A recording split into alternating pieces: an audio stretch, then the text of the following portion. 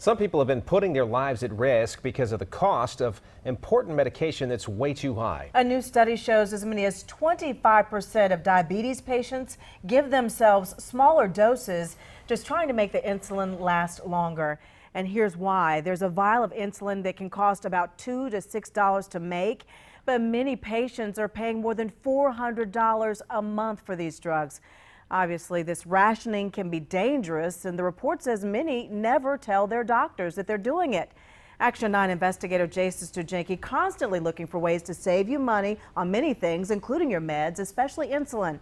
And Jason, I know you found a really solid option, it looks like. Yeah, well, you may remember a few weeks ago I told you about patients driving all the way to Canada to save money on insulin. Well, many of you saw this news report, gave me your suggestions and asked me to share them for the benefit of others.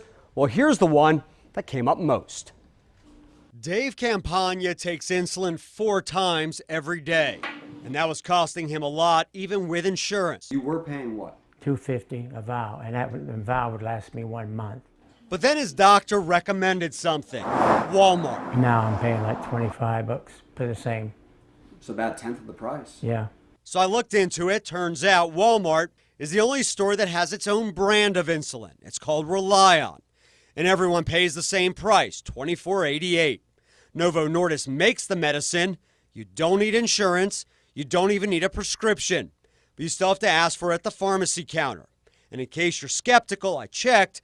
The American Diabetes Association and the FDA both recognize Relion as a legitimate product. I've been on it for a year and a half, and everything's, is under control. It's good to hear. Well, there are other options on the way as well. The drug company Sanofi right here, well, that company has decided to cut the price for patients who pay out of pocket. So starting in June, that'll run you only about $99 per month. And another drug company, Eli Lilly, is launching a generic. Lilly told me it will go for about half price, so about $137 per vial.